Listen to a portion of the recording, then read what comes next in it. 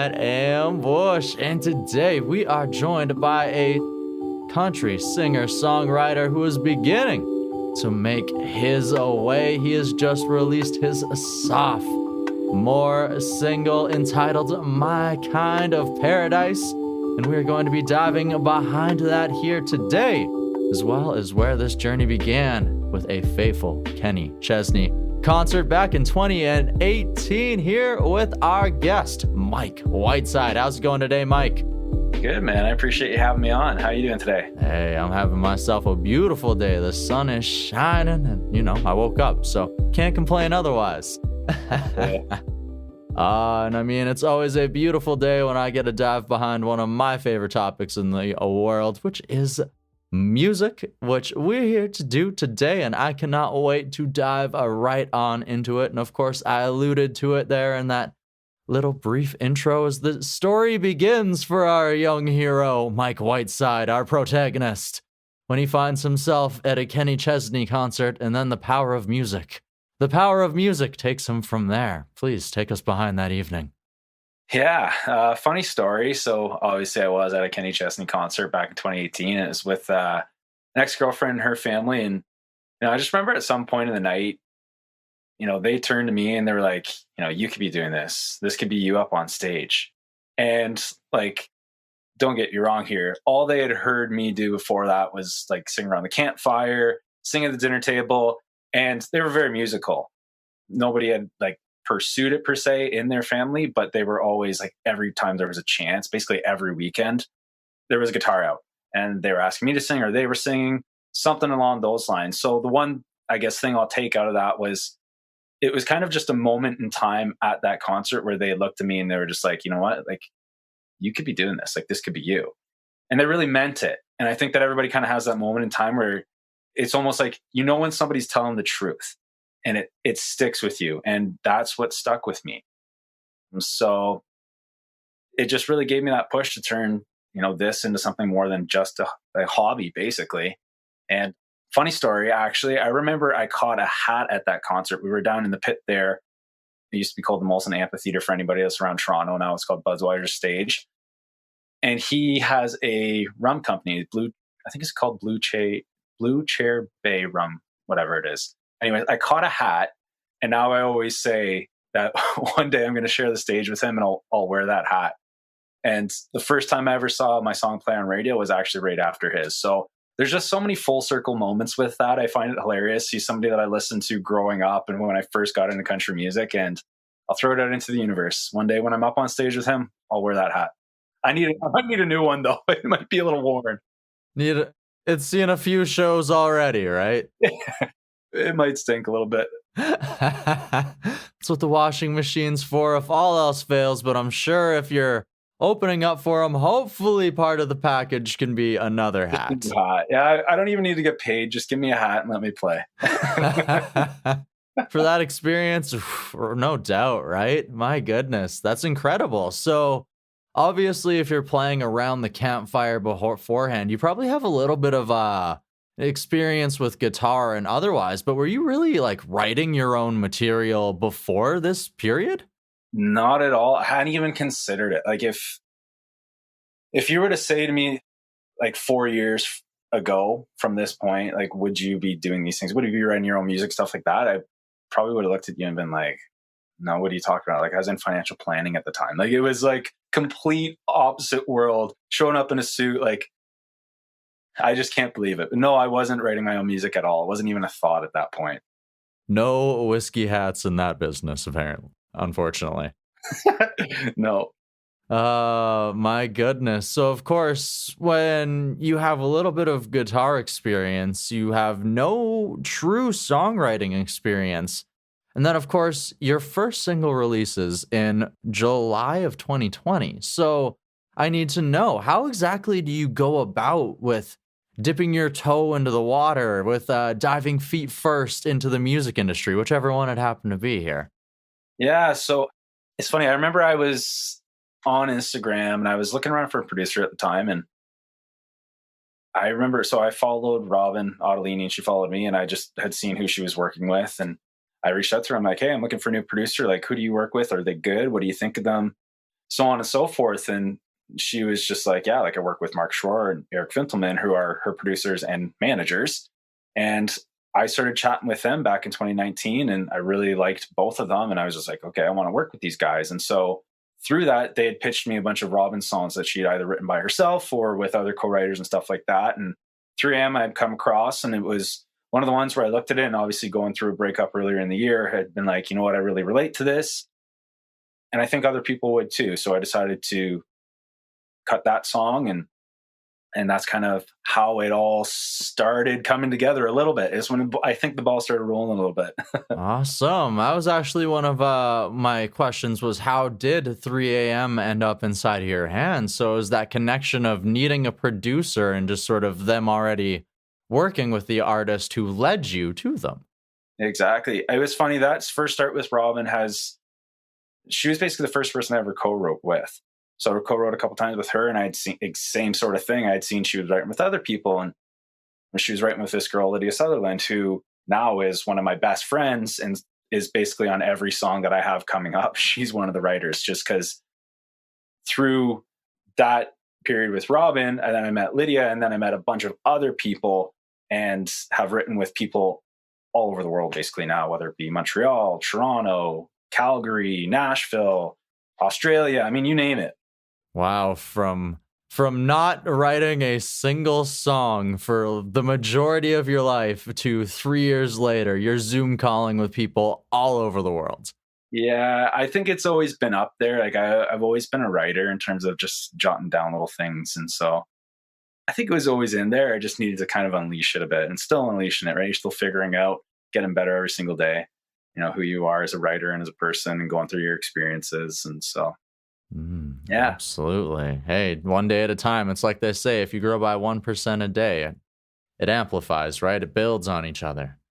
Totally. Hey, absolutely. And of course, you mentioned a songwriter there who happens to be a past guest of the show and who helped you with your more recent single here. And I'd love to dive into that connection soon too. But before we get to that specifically, I'd love to know, what was it like that first time inside of the studio, and then also releasing that first song out into the world?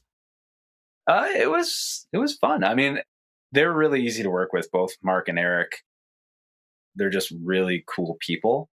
And so once I got into the studio, it honestly, it didn't really feel like I was in there working, even though I was. It was just kind of like a bunch of guys hanging out and putting together a really cool song.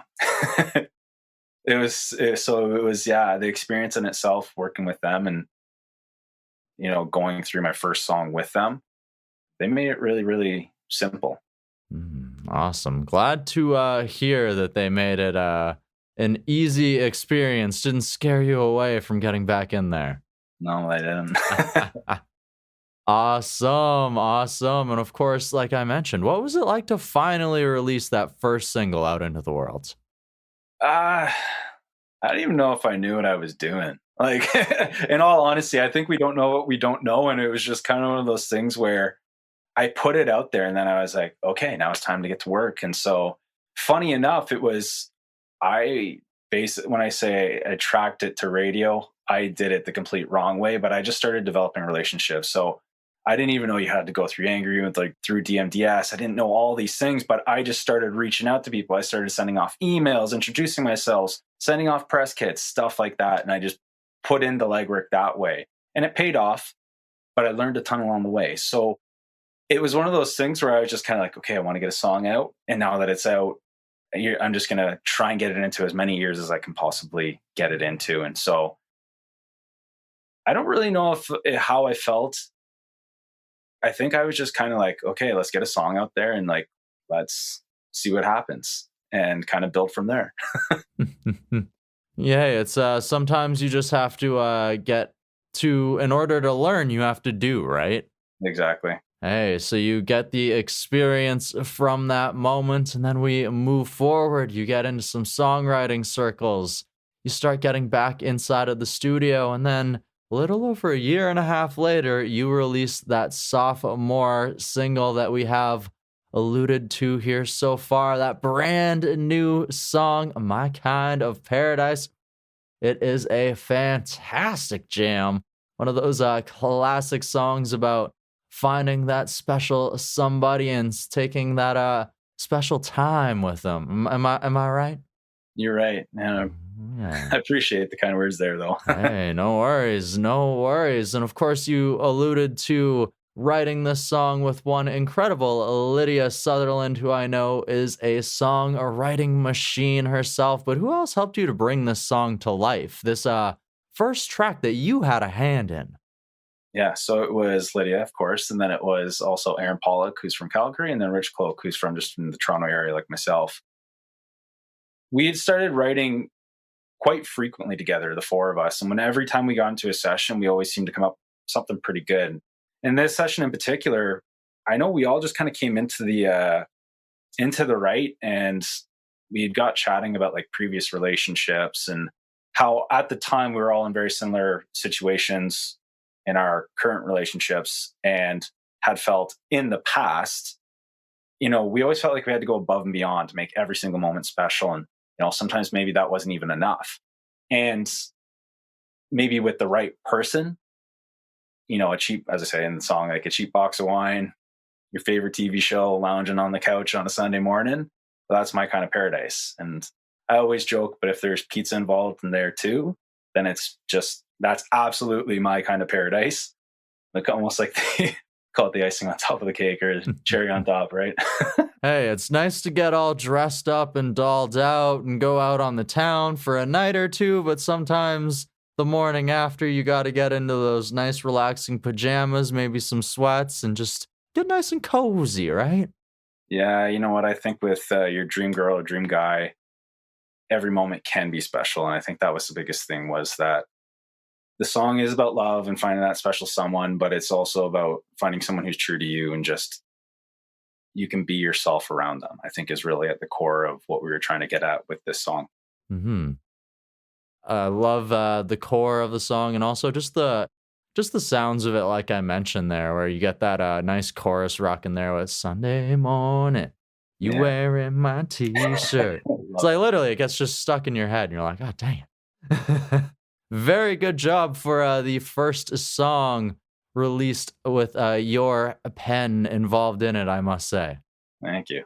Hey, awesome. And of course, once again, I asked what was it like to release the first single. So what was it like to release the first track with your pen on it? I think that I've learned a lot since then. I know it has been a while in between, but I think it really was a blessing in disguise.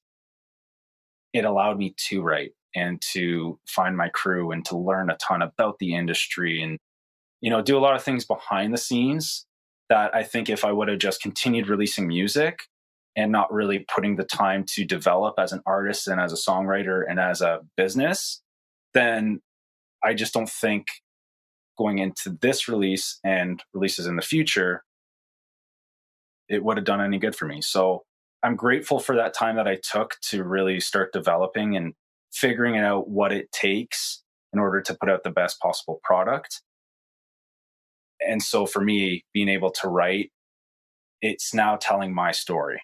Whereas before, if I was, singing somebody else's song that they wrote themselves, yes, it is me telling that story, but it's maybe not so much my actual story, if that makes sense.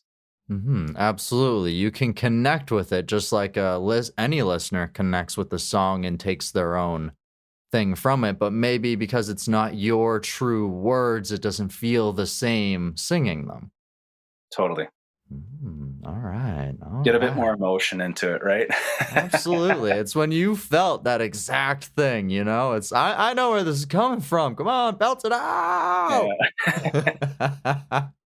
Awesome. I love it. And of course, with this track, it gives us a taste of an upcoming project, an upcoming EP. So without giving away too much of everything here, what can you tell us about this upcoming debut EP?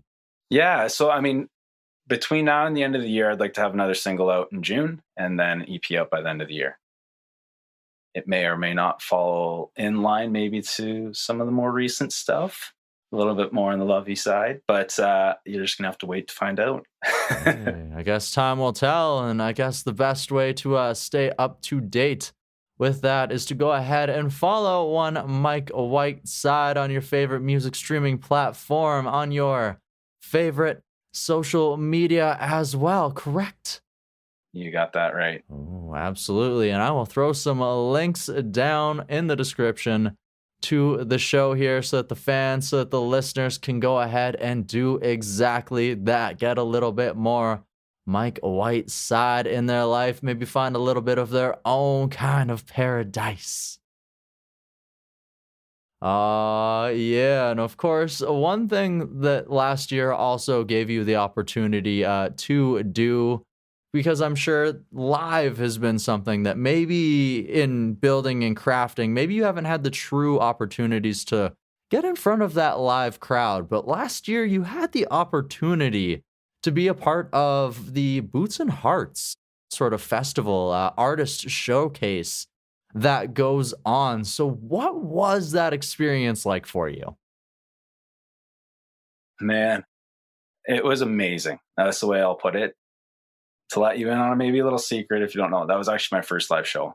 So I always say I kind of went from 0 to 100 pretty quick.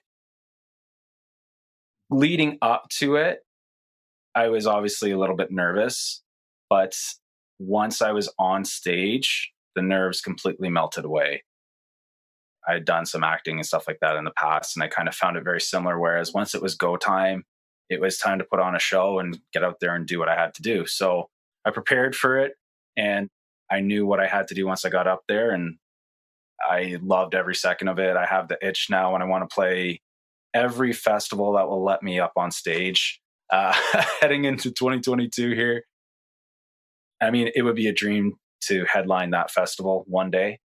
That would be the goal. But that experience and playing in the showcase, just meeting a ton of other super, super talented artists, people in the industry, session players, stuff like that. The whole experience in itself, I got out of it what I wanted to and more. And I'm just excited to and grateful that I was able to, get that opportunity, because not everybody does. And so just super, super grateful, I guess is the best way to put it. Absolutely. Definitely want to make the most of that opportunity. And of course, then that would have been your first time playing My Kind of Paradise live for the fans as well, too. So what was the live feedback like, too, for this song?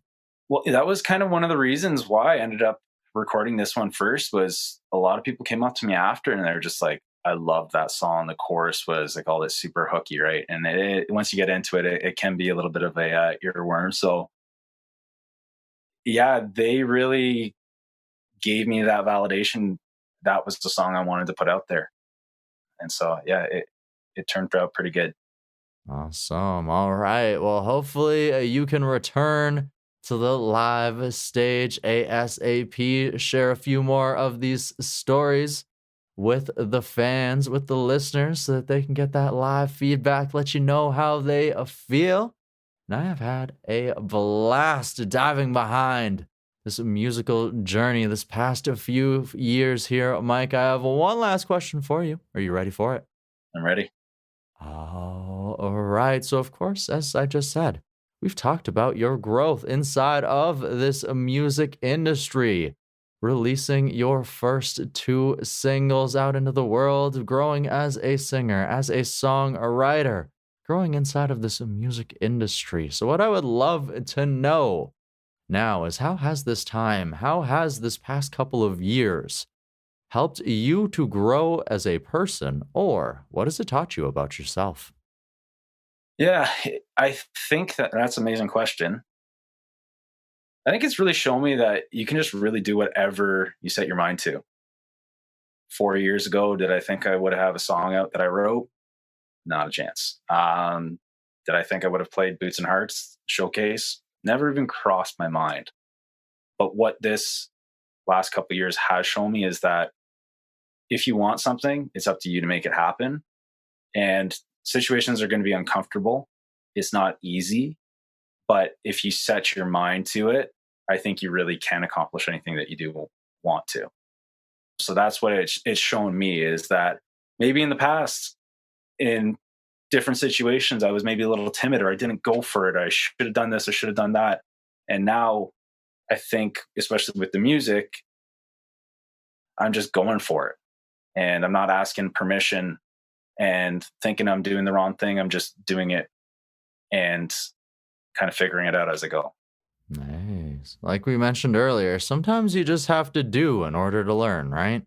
You got it. Hey, perfect. And I have had a wonderful time taking the time to dive behind your musical journey as well as this new single, My Kind of Paradise, here today with you, Mike, on the Desert Tiger podcast. Awesome. Thanks, Colton. I really appreciate you having me on.